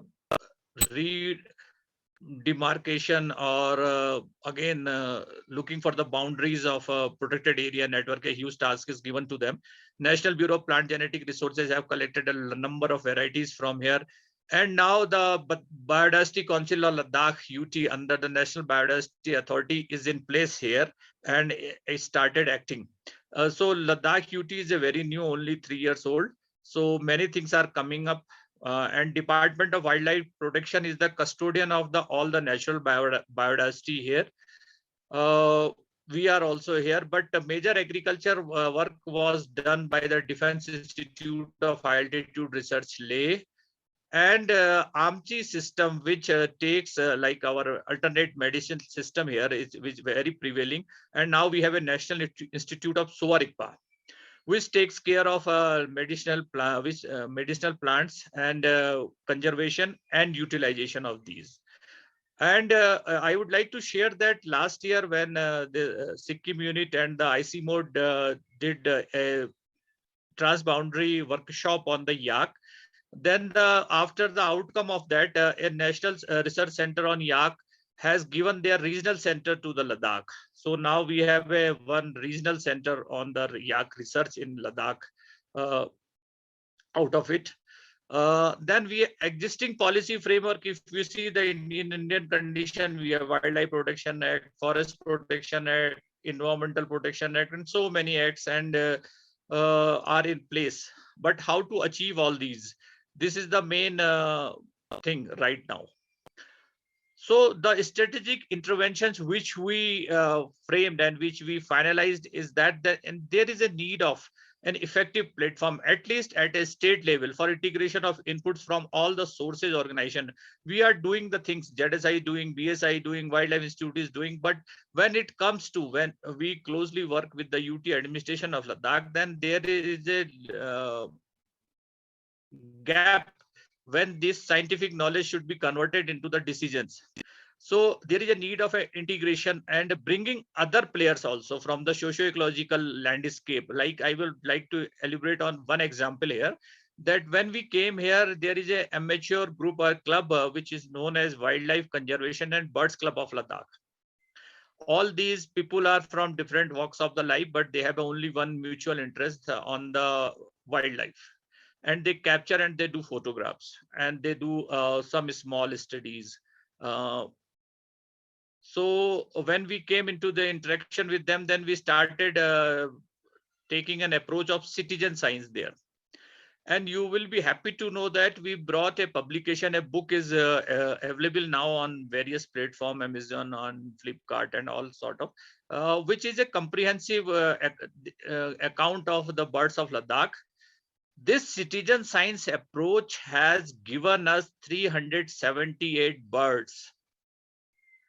It is 68 additional birds from the previous checklist of Oddfisher, ZSI, and the people from the Kashmir University, and 27 new birds from Ladakh. One of them was reported 3rd times only from India. First time it was 100 years back. Second time it was reported from Himachal. And 3rd time it was reported from Ladakh. So you can understand that bringing other players, then the structural mechanism already in place, we can enrich our biodiversity knowledge very well. And we can take many things into account. So, and this corona has a very negative impact during the last 2 years, but it has given a new possibility of exploring new things. These 27 new birds were explored in last 2 years only, when we have a limited human in activities on the Ladakh landscape, and natural regions were coming up very well without any human activities. So that was on the natural side of the biodiversity. But on the other side, if you see the one this logo, Farmers Pride, this is in situ land race best practices evidence-based database, and this is a European cooperative program for plant genetic resources. So when we incentivize for domestication and maintenance of the germplasm and popularizing their nutritional and ecological importance, it will give a new boost to the creating our germplasm storage in the farms. So for that purpose, we require incentives, and we want a mechanism that if you have this kind of crops or native livestock in your farms and in villages, then there must be an incentive to do that, because conservation without compensation is an only conversation. So we are promoting this approach with the Ladakh UT government, that there must be an incentive to this. To monitor all these actions, all these strategies, we have identified few indicators of success: representativeness of unique habitats and keystone species, increase in the population of unique and domesticated animals, and increase in food from land research in farmers' fields. So unless until we attach indicators to how to monitor our progress, it is very difficult to say that this program is coming good or it has succeeded to achieve its goals. So for that purpose, these are the few indicators we developed. And if you see the broad framework of the country, there are many organizations and ministries in place and doing the things related to all this work, like Ministry of Environment and Forest, Ministry of Agriculture. ISRO, Department of Space, has a program for biodiversity information system. They are mapping it. And National Mission for Himalayan Studies has also supported the alpine ecosystem for the entire Himalayan region for mapping, and with the help of their collaborators from the ground studies, they have a very good database right now in the place.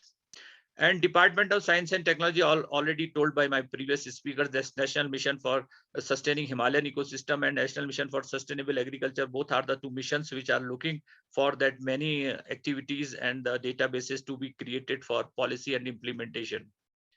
Dr. Sharma, I've got 5 more minutes to go. Yeah, only last 2 slides. So for that purpose, we have developed the action plans for the Ladakh. That first is the designate additional protected conservation areas in unique habitat and for keystone species in natural landscape. Target is the protected area network for unique habitat and threatened species, and outcome is the protection to trans-Himalayan flora and global fauna and associated environmental services.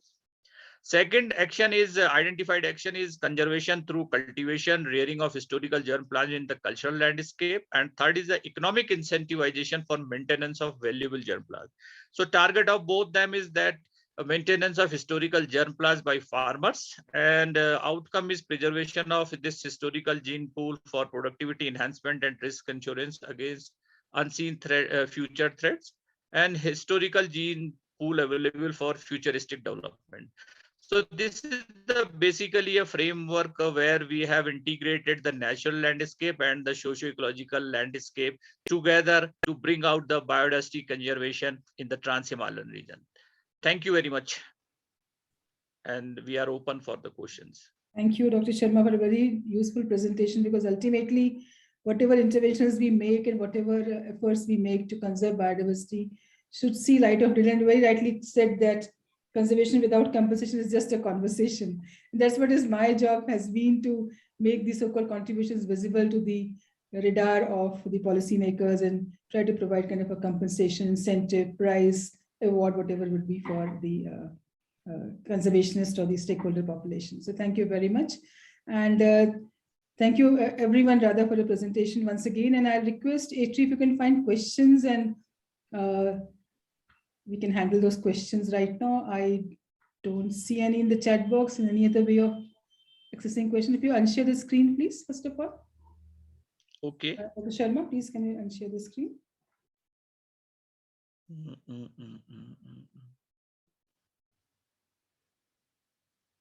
So we can see one hand raised from one Mr. Sharma. Can we invite them to directly communicate questions? ATREE, can we do that? But Yes. how to unshare? Hello. It's already unshared. Yes, it's unshared. Mr. Sharma is, and there's other Mr. Sharma is asking question. Yes, yes. Yeah, Namaste. Namaste. This is Ghanshyam Sharma from the Mountain Institute, India.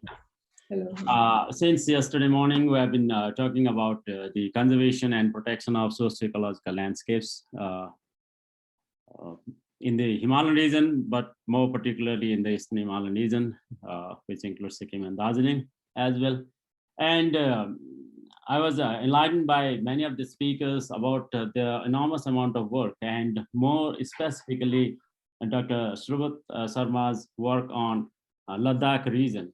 And I wonder, because we are talking more about socio-ecological landscapes now, but they're still going to designate new additional protected areas for conserving unique habitats and threatened species. Will it not be possible for the policymakers and the development agencies to consider these landscapes under socio-ecological landscape and consider them as heritage sites for conserving the unique habitats and threatened species of that particular region? Thank you. Yes, Dr. Subrat, if you can respond, and maybe Shalini and Ruchi also follow up. Okay. You said very precisely that heritage sites are a point of conservation right now into consideration. So question is that we have a legal framework of designating natural landscape as a protected area, or in different conservation entities we can designate it. But right now, when the question comes to the socio-ecological or the village landscape, now there are questions are coming up that how to preserve this historical biodiversity. I will call it historical biodiversity, which you cultivate in your fields or you rear with your at home, the different animals or other sort of domesticated animals. So question is that how to protect it? Do we have a legal framework? No, right now, no. So the question is how to again do the advocacy for that. The only thing is that when you realize, when you make people realize, those who are in policy making, that how important these are. Shalini will agree with me that in Uttarakhand, a hordeum species has gone out of cultivation, which has a potential again drought resistance, developing drought resistance varieties from it.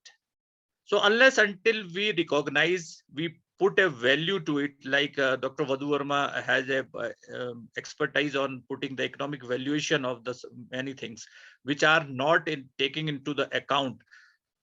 Till that time, we are very poor in saying that this is our heritage site, or this is a very important site. You know, our villages we are abandoning our villages. Uttarakhand is a very good example where we have a ghost villages. So the question again comes to that. How to realize, how to make people aware that our village landscape, social landscapes are very important point of biodiversity conservation, which we usually never take into consideration. From my side, thank you. Okay, Dr. Sharma, in fact, I was looking at the Biological Diversity Act, which also talks about declaring biodiversity heritage sites, which includes communities as one of the primary components of that particular landscape. So there's already an available legal framework in terms of protecting biodiversity heritage sites and the biodiversity elements within the landscape.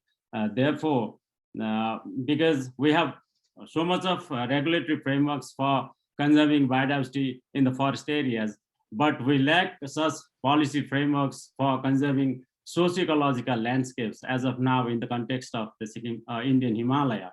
Therefore, considering the value and the rooms available for work provided by the Biological Diversity Act 2002, I think there's still a scope of declaring some of these areas as biodiversity heritage sites. You said very precisely regarding the regulatory framework, but you have to understand that how poor we are in implementing these things. Our Biodiversity Act is in place, but still in many states, we don't have BMCs and PBR prepared adequately. So that kind of a gap exists there. Unless until we say that this is an important, I will give you the example of buckwheat from Ladakh. Buckwheat was a traditionally grown crop and has a very important role in their traditional recipes. But now we have a very false indicator of development when we have a wheat, maida, rice, everything imported from other parts of the country. So buckwheat was again out of cultivation for a longer period. Then few new young people came and they realized that buckwheat, when they see in daily market, this has a huge potential, economic potential. Now they are coming back to the village and saying that please grow it. Now people are cultivating on a very small scale, and few of them I have shown into my slide that this is now very beautifully packaged, and now it's a wonder millet and wonder grain kind of things. So that kind of incentivization, which is coming from the people's own their initiative, is lacking. Unless until I declare that if you grow buckwheat into your field and you will get a reward for it to maintain this germplasm. There are 3 or 4 types of buckwheat land races exist in this place. But certainly this Biodiversity Act existence and implementation, this is a huge gap still. Thank you. Thank you very much. Any other question? Anybody? I don't see anything in the chat box. Can I just add to the discussion a few more points, if permitted? Yeah, sure. Shalini, go ahead. Yeah, thank you, Dr. Sharma, for that very insightful question. I think that's one of the very important questions for this panel. And if I talk about the National Biodiversity Act, I think PBRs are indeed a good effort in this direction, and also under Wildlife Protection Act 1972 that is going for amendment now. There are about 214 existing community reserves. So I don't think there is a lack of opportunity in terms of identifying these areas as natural or heritage reserves. I think this option should also come from communities on that level.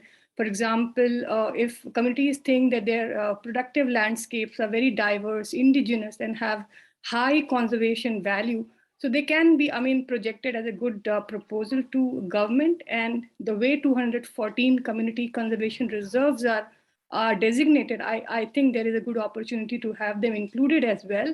And I think Northeast is a very good example where there are now not a lot of these even such important success stories are coming, like even flamingo conservation, how the hunters turned into conservators.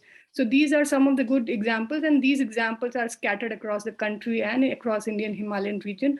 The only opportunity that we can find is to find relevant examples to showcase to the policymakers, and that is how we can project our good proposals as communities to get them accepted. Thank you so much. Thank you, Shalini. It's a very, very relevant response and information to the question. I could see one question for Dr. Karki, but somehow he had to leave for some other meeting. I could see a question from Jenny Gurung. Jenny, can you just come forward and can put your question and whom you would like to address? Otherwise, can read out as well from the chat box. Can you come up on the screen and put your question? Yes, hello. Sorry, I don't have a camera right now, but this is very much related to tourism. And in socio-ecological landscapes, tourism is a very important activity. And of course, with tourism is a lot of infrastructure, particularly the construction of roads. And we know roads become barriers to wildlife movement. There's also a lot of landslides that have happened with roads. But I'm just very interested if any of our speakers have done research on the impact of especially road construction on biodiversity, impacts on biodiversity, but also including in terms of socioeconomic or sociological information. And especially this is relating to economics, because a lot of you, Dr. Madhav, you also are an economist, because we always look at tourism as having positive economic impacts, benefits, but we don't look at the other side very carefully. Thank you. Thank you for your question. Ruchi, would you like to respond to this question? Yes, I don't have a direct answer to what Jenny is asking, but in our own studies on tourism and its potential for the communities, we've looked at examples from various altitudinal variations, right from the from the Corbett Tiger Reserve to the Middle Himalayas to Ladakh. And definitely what we found in Ladakh particularly, that construction of road, although it was really promoting ecotourism, particularly in the Hemis National Park, as well as the Changthang Wildlife Sanctuary, at the same time, because in that landscape, the season is very, very short, both for the breeding birds, for people to collect biomass resources, and also for the tourists. And this was, and the areas to be reached are also limited. So particularly on the bank of, for example, Sokar Somurari, we found that the breeding birds were totally being disturbed, and we have published a paper to this effect, the impact of tourism on breeding birds, etc. in Ladakh. So that paper is available. Another paper is on the institutional arrangements for tourism in the Himalayas. So Jenny, if you could send me your email ID, I could share these studies with you, all of these studies with you. But I'm aware that some people, some of my other colleagues may have looked at the impact of road construction on biodiversity in the Himalayan region. But it's not something that we've looked at it from point of view of tourism. In fact, I did entirely on a different aspect. In the long back, paper is published in MRD in 1997, when we tried to look at how the road is providing a pathway for the socio-economic development in the interior parts of the Himalaya. Then we realized that a progression in the various infrastructure development with the construction of the road going deeper into the inner Himalayan region in the district Bageshwar right now. But you are right that Ladakh is facing a lot of problem because of the roads and the tourism and the wildlife tourism especially. We have reported incidences that when many people, especially the bikers and the people, those who are coming from by their own four vehicles, especially SUVs, chase the wildlife, especially the kyang and other big animals. This is a very delicate situation. And local people are resisting to it, but it's still it's a very big area, and we don't have many manpower deployed, especially from the forest and wildlife departments. So this happens here. You are right that many times we see the road. We are also reporting that there are road accidents with the wildlife, unique wildlife, like especially red fox. And one practice which people are following here, that when they hit a red fox, they cut the tail of that for as a souvenir.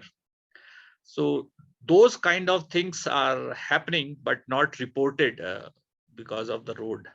And certainly road disrupts many things. Where very recently one black-necked crane pair was very close to the road, and people started doing photography going close to that, and later on one of them was sick because of some infection. So that was also attributed that it was very close to the humans because of the approach.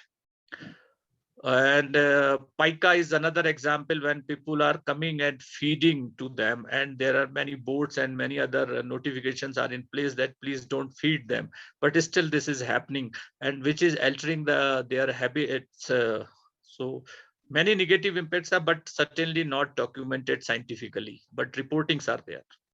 Thank you. Thank you. Can I quickly just add two more points? Because very quickly, because I have two more questions, and then we have to please. Yeah, go ahead. Yeah, just two important points that I would like to add. I think roads in Himalayas are strategically right now considered very much for both strategic and security purposes. But I think I'll speak more as a plant biologist perspective. The first thing is that we have started finding more invasive species now that are close to roadheads. The second important thing is we are also seeing, example is all-weather roads that has led to cutting off, felling of almost 50,000 trees for Char Dham zone.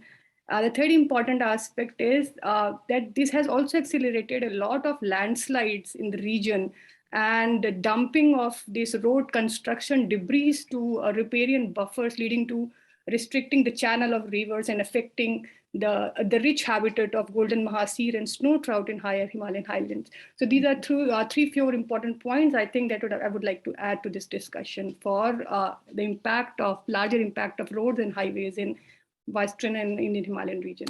Thank you, Shalini. There's another question for you. You have to answer in just 1 minute. It says that how do we overcome political, institutional, and knowledge barriers which will influence implementation of NBS at the field level in order to reach that scale and impact? This is for you, Shalini. Thank you for this question. I think the important ways to overcome these barriers is involving all important stakeholders right from the planning phase and the discussion. So we have been talking initially when NBS emerged in 2012 Horizon 2020 program and later in 2006 that it is good for conservationists, practitioners and policy planners, but I must say that it is equally important that we involve social scientists. We have economists on board. We also have local indigenous communities on board so that they all understand for what purpose they are getting involved. And this can certainly help us to reduce and overcome the political the barriers if bureaucrats are also on board and institutional, of course,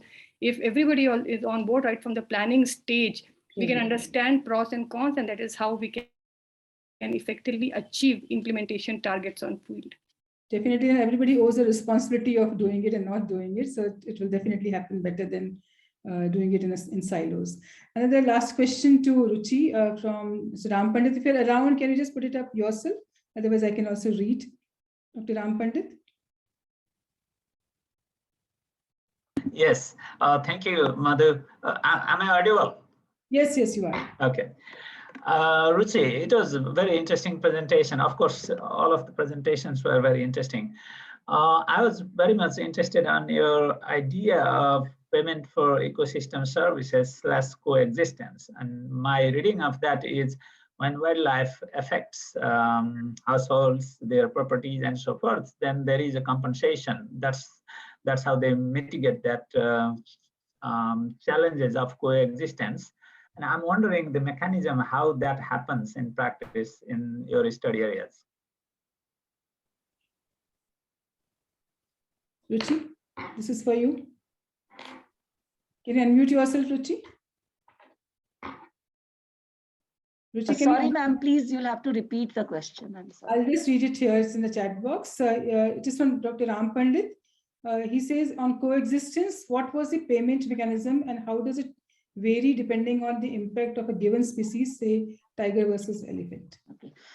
Sir, we have not taken the variations in terms of species, but we have looked at agricultural areas along this forest patch, and we've also looked at the kind of damage they were experiencing from all kinds of species, not only this, and then looking at the total agricultural production.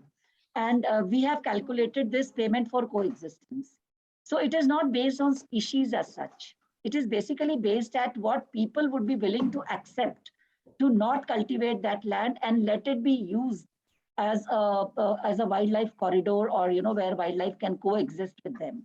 So it is you could also say it is a kind of a model for the community reserve concept in India also, because these lands are anyway being subjected to human wildlife conflict. And the kind of output that we are getting is submarginal from these agricultural fields. So to trying to find out a way, a scientific way to actually calculate the kind of, because people may not be willing to give up their land for community reserves because this is a source of their livelihood. Mm-hmm. So what is it that will allow people to coexist with wildlife? That is the whole idea. Okay. Yeah, thank you very much. It sounded like the willingness to accept the compensation. No. Oh, no. Okay. It is based on the actual agricultural output, loss, and the income that is generated from there. Okay. Yes. Right. Thank you. Thank you very much. So, I would like to add to this, if chair permits. There are some legislations already in place in India where we can have a compensation of crop raiding and the animal killing. And it doesn't differentiate between the animals, especially you said tiger or the elephant. It is dependent on what the loss has occurred because of some incident. So there are a fixed rates for that, and that is not implemented even in every state. Right now in Ladakh, there is no compensation for crop raiding. But for animal killing, it exists there. But in Uttarakhand, both exist. Thank you. Thank you, Dr. Sharma, for your reply, and thank you for very good questions from the participants. And overall, thanks to all the presenters here, including Dr. Karki, who made a keynote address. I'll not go into details of summarizing everything, but I would say we have built a knowledge bank, information base, with all these presentations, and huge amount of such realistic picture has come in front of all of us, and trying to establish the fact that yes, conservation is an important instrument for development, and nature-based solutions play a very, very important role in conserving biodiversity and ecosystems, because everything is happening around nature. You're not putting something externally on nature and trying to provide solutions. So this is what is the kind of major takeaway from here. And of course, a lot of still policy, institutional, market mechanisms, incentive-based mechanisms, payment for ecosystem services need to be strengthened such that we are able to sustain this kind of activity. That's what is the definition of nature-based solutions talk about. If I just quickly run through the outcomes of each presentation, starting with the keynote address of Dr. Karki, who talks about, to give a mosaic of his topic itself titles about mosaic landscapes. He gave a mosaic of information about nature-based solutions.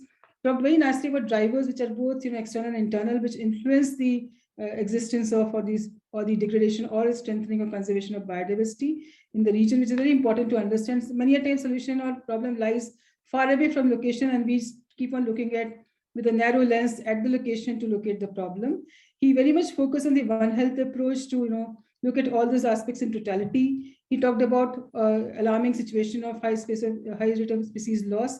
That's why we have UN Decade of Ecosystem Restoration at place, and definitely talked about the economic aspect of it. Ultimately, what a dollar invested in, for example, forest conservation would lead to maybe $30 worth of returns would come out of it. So we should look at all such ecosystems in togetherness, like maybe you have to talk on forest ecosystem or wetlands and rivers and farmlands in the Himalayan region. They are very importantly to be considered in that way.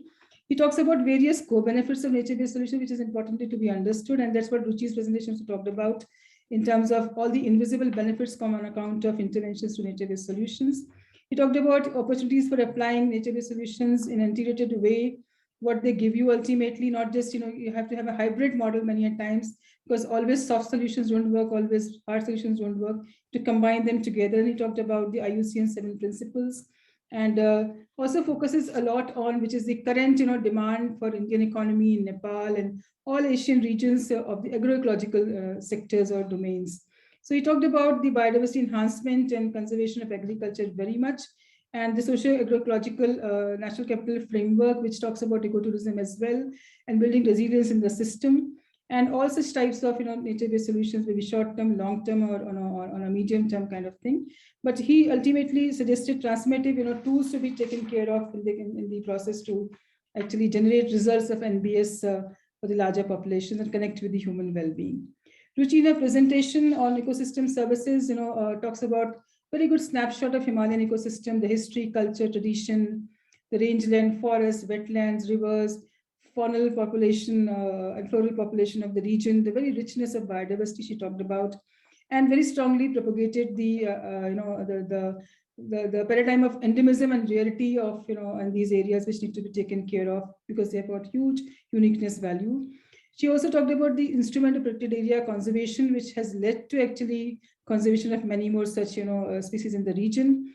And then she shared about 3 interesting projects in which she had worked on Nanda Devi Biosphere Reserve in terms of the water services that we are getting, plus the fuel wood fodder and other services that we are getting from that.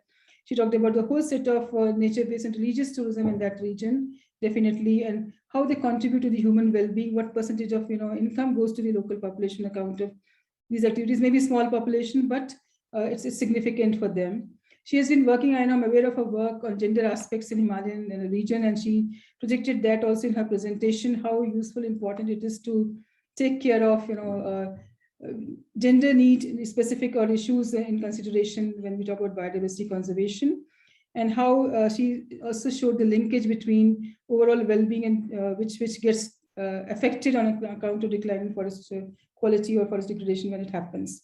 A second case talked about 3 river basins, Tista, Bhagirathi, and Beas river basins, and gave a linkage of availability of ecosystem services and human well-being definitely. And her work in of basin Indian Himalayas, she talked about various occupations, various subsectors which can be further enriched, like horticulture. And she also talked about other means of nature-based solutions which can complement the interventions like use of solar power, and ultimately connecting it with the payment for ecosystem services, coexistence, and how we can have policy convergence as well at the same time in these regions. Shalini, through her very, very interesting field-based work, she gave very lot of information about deforestation, forest degradation, and loss of biodiversity, which is happening over the years. She brought in data from region and the sub-regions, and also the global region, to understand about the multiple benefits from biodiversity conservation, nature-based solutions, how they support socioeconomic systems. She talked about indigenous knowledge system because she was part of IFBES definitely, and this is very much projected to also enhance the use and appreciation and respect, honor for indigenous knowledge systems and products which come out, and how they can be linked to the achievement of SDGs, because this is something we can definitely achieve. She gave an interesting model and representation of local social dynamics shaping the forest ecosystems. Wonderfully, she talked about the spring shades conservation, and I'm aware of this in Himalayan region, especially Uttarakhand, and how habitat suitability model can help enhancing these flow of services from these regions. She builds various scenarios to improve their conditions. She used a very interesting word. Let's say we talk about hidden benefits and hidden invisible benefits. She talked about hidden collapse, which is happening because apparently it's not visible, but it is happening on the backstage. Suddenly it will come out. What happened in Kedarnath, it might come out in that particular way. And also how the climate change will also impact the health of socio-ecological landscapes. We need to consider that. And ultimately, the ecosystem health assessment of Himalayan projected that should be done. It is lacking, and that's why many policy interventions are not rightfully effected on ground. They could not produce results because the knowledge doesn't exist on ground. She also talked about nature-based solution and resilient ecosystem society, global challenges for restoration using nature-based solutions. She talked about monitoring of restoration process, financing restoration, implementation process, connecting people with restoration activities, and talked about potential for agroforestry, climate mitigation, challenges for sustainable landscape restoration which exist over there. Concluding it with her 4R approach, which talks about how we can use right species, right landscapes for right purposes, right local rights. We can actually build a very successful model for conserving biodiversity. And she gave 6 steps for, again, these 4 R's as she projected, and highlighted a lot about fodder bank model and strengthening community seed bank model as well. And finally, we had presentation from Dr. Subrat Sharma, who gave a wonderful policy overview of conservation of biodiversity in socioeconomic landscapes, ecological landscapes of Ladakh. And I'm very pleased to hear that he used biodiversity not as an ecosystem, but as a sector, because it goes beyond ecosystem to actually provide for the economic system. That's how we should be using, just as we use agriculture as one of the sector, secondary services as one of the sector, tertiary as one of the sector. So ecosystem, the biodiversity as a sector would be a very interesting approach to actually follow.